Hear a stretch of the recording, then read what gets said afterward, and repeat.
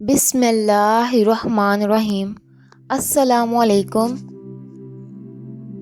یوں تو جن بھوت یا چڑیل کی کہانی پڑھنا، سننا، دیکھنا بہت اچھا لگتا ہے، لیکن جب اپنے ہی ساتھ اس قسم کا پر اسرار حادثہ یا واقعہ رونما ہو جائے، اس کا انجانا خوف ساری زندگی پیچھا نہیں چھوڑتا۔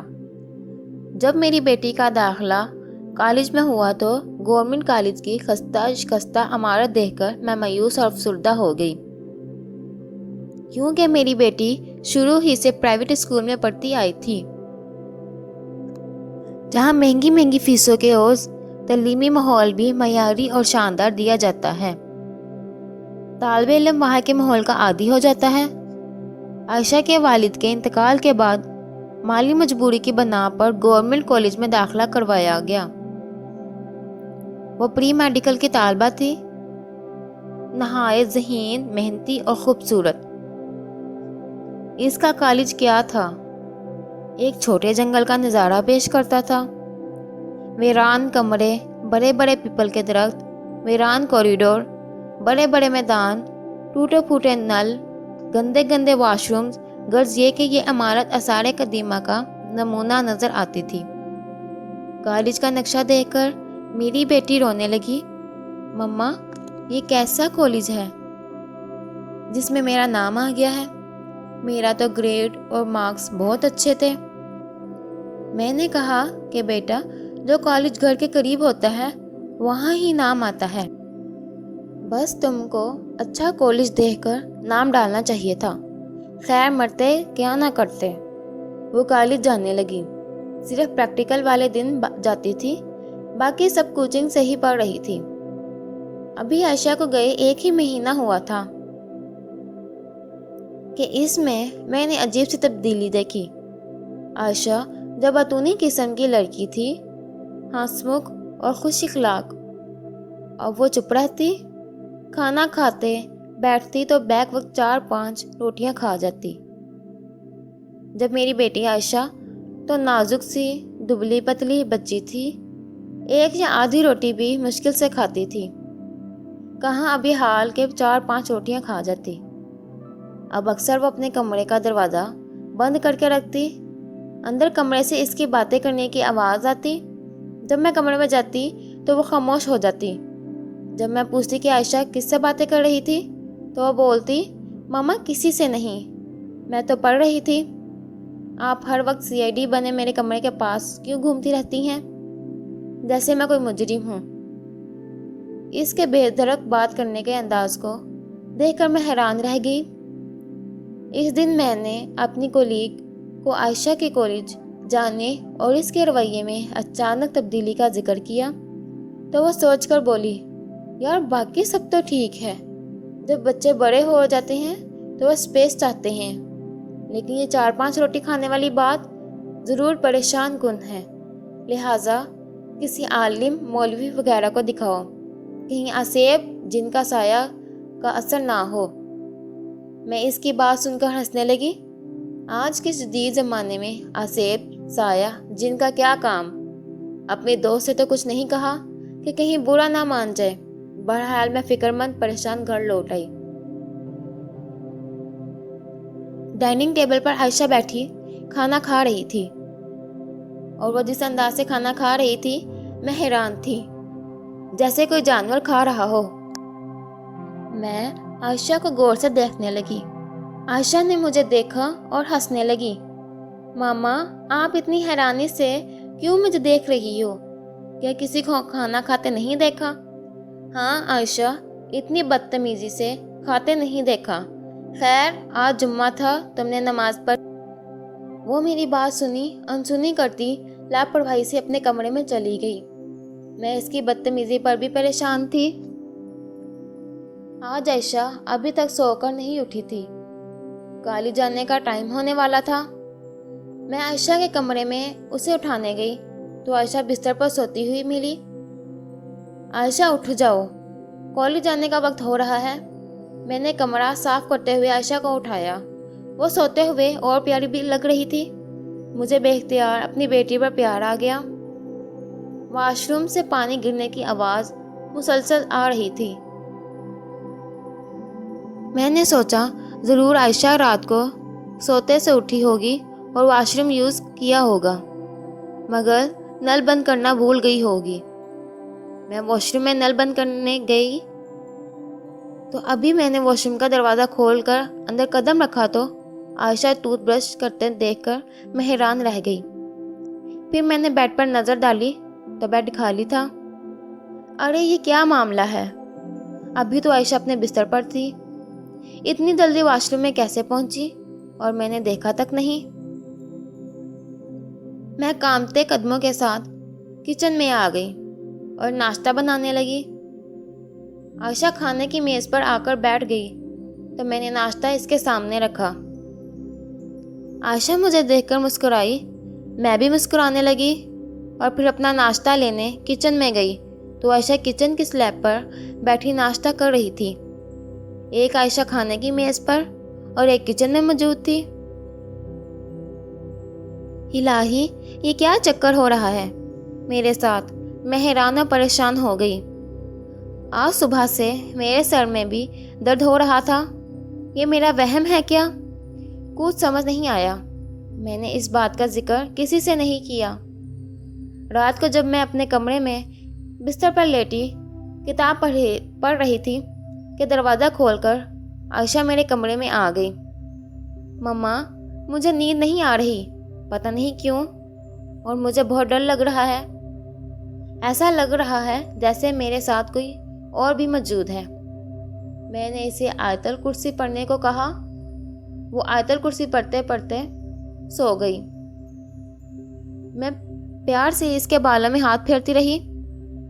عائشہ بے خبر سو گئی تھی۔ بے ساختہ میں نے اس کے ماتھے پر پیار کر لیا۔ گھڑی پر نظر ڈالی تو دیکھا 1 بج رہا ہے، صبح آفس بھی جانا ہے۔ میں نے کتاب بند کی اور پھر ایک بار گھر کے دروازے اور کھڑکیاں وغیرہ چیک کرنے باہر آ گئی۔ آج کل کے حالات کی وجہ سے تمام گھر اچھی طرح چیک کر کے سوتی تھی۔ سب چیزیں چیک کر کے میں نے اپنے کمرے کی جانب قدم بڑھایا تو عائشہ کے کمرے پر نظر پڑی۔ اس کا دروازہ کھلا ہوا تھا۔ میں اس کے کمرے کا دروازہ بند کرنے آ گئی۔ بڑی تو بیڈ روم پر عائشہ لیٹی نظر آئی، مگر عائشہ کو تو میں اپنے کمرے میں سوتا چھوڑ کر آئی تھی۔ میں جلدی سے اپنے کمرے میں آئی تو دیکھا عائشہ میرے کمرے میں بستر پر سو رہی ہے۔ یہ کیسا آسرا تھا؟ ایک عائشہ میرے کمرے میں اور دوسرے کمرے میں ایک ڈر اور خوف کے مارے میرا برا حال تھا۔ میں نے کمرے کے ایک کونے میں صوفے پر بیٹھ کر ساری رات گزار دی۔ مجھے سمجھ میں نہیں آ رہا تھا کہ دونوں میں اصلی عائشہ کون ہے اور یہ سب کیا ہے۔ میں ڈر کے مارے وضو کرنے بھی نہیں گئی۔ ساری رات ٹکٹکی باندھے کبھی عائشہ کے بستر پر کبھی دروازے کو دیکھتی رہی کہ دروازے سے دوسری عائشہ نمودار نہ ہو جائے۔ جو قرآنی آیت زبان یاد تھی وہ پڑھتی رہی۔ آخرکار صبح ہو گئی۔ حسب معمول اب عائشہ اٹھ کر بیٹھ گئی۔ مما، آپ کو کیا ہوا ہے؟ آپ سوئی کیوں نہیں ہیں؟ اس سے کیا کہتی؟ چلیے مما، میں کالج جانے کے لیے تیار ہونے جا رہی ہوں، آپ اچھا سا ناشتہ بنا دیں۔ وہ یہ کہہ کر اپنے کمرے میں جانے لگی، لہٰذا میں نے بے ساختہ کہا، رکو عائشہ، میں بھی تمہارے ساتھ جاؤں گی۔ وہ ہنس کر بولی، آپ پریشان مت ہو مما۔ وہ چلے گئی۔ بے فکر ہو جائیے، وہ اب شام کو آئے گی، آئیے میرے ساتھ۔ عائشہ کون بیٹا؟ کس کی بات کر رہی ہو تم؟ عائشہ نے میرے ہونٹوں پر انگلی رکھ کر مجھے خاموش کروا دیا۔ عائشہ کی آنکھوں میں بے بسی کے آنسو صاف دکھ رہی تھی۔ عائشہ، پہلے تم میری بات کا جواب دو، کیا کہہ رہی تھی تم؟ عائشہ نے بے ساختہ میرے آگے ہاتھ جوڑ دیے، پھر وہ مجھ سے لپٹ کر بولی، آج میں پراٹھا کھاؤں گی، کچن میں چلیے۔ میں خاموشی سے کچن میں کھانا بنانے لگی، لیکن میرا دل ابھی دھڑک رہا تھا۔ میں ماں تھی، اتنا جان گئی تھی میری عائشہ کسی تکلیف پریشانی میں مبتلا ہے، مگر کسی قسم کا دکھ تکلیف سمجھ نہیں آ رہی تھی، نہ ہی عائشہ نے کوئی وضاحت کی۔ اسی لیے میں عائشہ کی طرف سے بے حد پریشان تھی۔ پھر وہ کالج چلی گئی اور میں اپنے آفس پہنچی۔ میں آفس تو آ گئی تھی، لیکن میرا کام میں بالکل دل نہیں لگ رہا تھا کہ اچانک عائشہ کے کالج سے فون آ گیا۔ مجھے فوراً بلایا تھا۔ پریشان ہو کر میں کالج پہنچی تو یہ دیکھ کر حیران رہ گئی کہ عائشہ کے بال بکھرے ہوئے تھے، آنکھیں سرخ انگارے جیسی، اسے رسی سے باندھے رکھا ہوا تھا۔ مجھے دیکھ کر وہ غصے سے بولی، ان لوگوں سے کہو کہ مجھے چھوڑ دیں، ورنہ میں تمہاری عائشہ کو زندہ نہیں چھوڑوں گی۔ اس کے منہ سے یہ الفاظ سن کر میں خود دہشت سے بے ہوش ہو گئی۔ کافی دیر بعد جب ہوش میں آئی تو میری دوست جو کہ میرے ساتھ عائشہ کے کالج آئی تھی، اس نے فون کر کے میرے بھائی بھابھی کو ساری صورتحال بتا کر وہیں بلوایا تھا۔ قصہ کچھ یوں تھا کہ کالج جا کر عائشہ روزانہ ایک ویران جنگا پیپل کے درخت کے پاس موجود سٹور روم تھا، وہاں چلی جاتی تھی۔ حالانکہ ٹیچرز نے منع بھی کیا تھا کہ وہاں مت جایا کرو، مگر وہ باز نہ آئی۔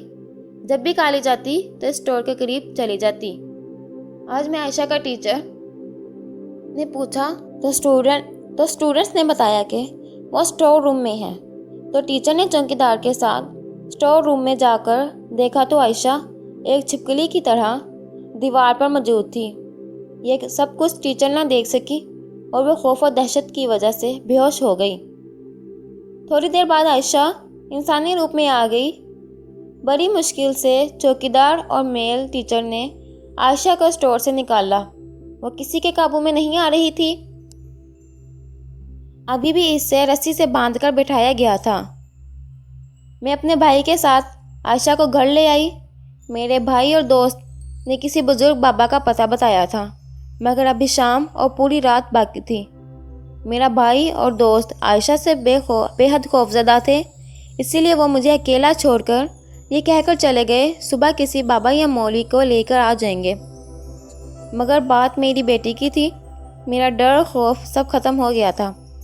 سب کے جانے کے بعد میں نے عائشہ سے اس سب کے بارے میں پوچھا۔ عائشہ کچھ نہ بولی، مگر جب اس کی آنکھ سے آنسو ٹپک کر گال پر آیا تو عائشہ نے اپنی بے بسی کا تمام حال مجھے بتا دیا۔ میں نے عائشہ کو کہا کہ نہا کر اور وضو کر کے آ جاؤ۔ بیٹا وہ خاموشی سے نہانے چلی گئی۔ میں نے بھی وضو کیا اور میرے بھی خاموش آنسو متواتر آنکھوں سے روانی تھے۔ جب میں بے دردی سے اپنے گالوں سے آنسو مٹا دیتی تو احساس ہوتا میں خود کتنی مجبور اور بے بس ہوں۔ پھر نماز حاجات پڑھنے کے بعد اللہ تعالیٰ کے سامنے خوب جی بھر کر پھوٹ پھوٹ کر روئی اور صدقے دل سے دعا کی کہ یا اللہ، میرا کون ہے تیرے سوا؟ میں کس کے پاس جاؤں؟ میں کسی کو نہیں جانتی ہوں، تو ہی ہے میرا مالک و خالق ہے۔ پہلے بھی تو نے ہی دور کی تھی ہر مشکل میں، تو ہی کام آیا ہے۔ میں برے وقت میں تجھے ہی پکارا ہے، آج پھر وہ مشکل گھڑی آئی ہے۔ مجھے مایوس نہ کر میرے خدا، میرا ساتھ دے کر میرا حوصلہ بڑھا۔ مجھے تجھ پر اعتماد ہے، اللہ میری مدد فرما۔ بس یہ الفاظ جو زیر لب شروع کیے تو 1 گھنٹہ یہی الفاظ میرے منہ سے نکلتے رہے، اللہ میری مدد فرما۔ آنکھیں بند کیے یہی الفاظ بولے جا رہی تھی، آنسو بہے جا رہے تھے کہ اچانک قرآن پاک میری بند آنکھوں کے سامنے نظر آ گیا۔ پھر قرآن پاک کھلا اور آیت الکرسی، سورۃ الناس، سورۃ الفلق اور سورۃ الحشر کی آیات ایک کے بعد ایک کھلتی چلی گئیں۔ یہ قرآنی آیات میں جاگتے ہوئے مگر آنکھیں بند کیے صدق و دل سے تلاوت کر رہی تھی۔ ہم سب مسلمان ہیں، یہ کہانی نہیں، ایک سچا واقعہ ہے۔ شدت سے خدا سے لو لگانے پر ہماری خدا ضرور سنتا ہے۔ اس نے مجھے اشارہ دے دیا تھا کہ قرآن پاک جو میری کتاب تیرے پاس ہے وہ ہر پریشانی کا علاج بھی ہے، تیری نجات کا ذریعہ بھی ہے اور تیری آخرت کا ذریعہ بھی ہے۔ میں نے آنکھیں کھولی تو عائشہ میرے پاس آ کر بیٹھی ہوئی تھی۔ میں اپنی بیٹی کے چہرے پر بے بسی دیکھ رہی تھی۔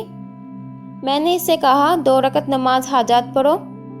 جب وہ پڑھ چکی تو میں نے اور اپنی بیٹی کے گرد 3 دفعہ آیت الکرسی پڑھ کر دم کیا اور ہسار کھینچا۔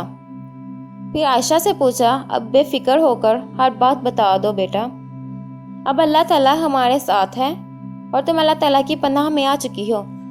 پہلے تو مجھے دیکھنے لگی، پھر میرے چہرے پر یقین اور اعتماد نے اسے حوصلہ دیا۔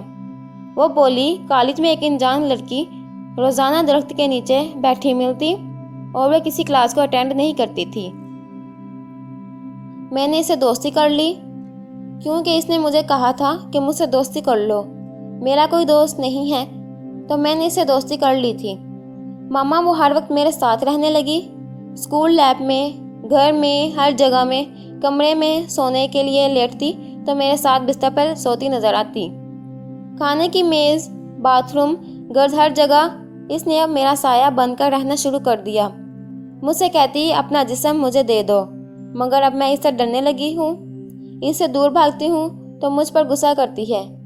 اسے میرا جسم چاہیے، اس کا جسم نہیں ہے نا۔ کالج میں جس نے پہلے چوکیدار کو ڈس لیا تھا وہ سانپ نہیں تھا، وہ یہی لڑکی تھی۔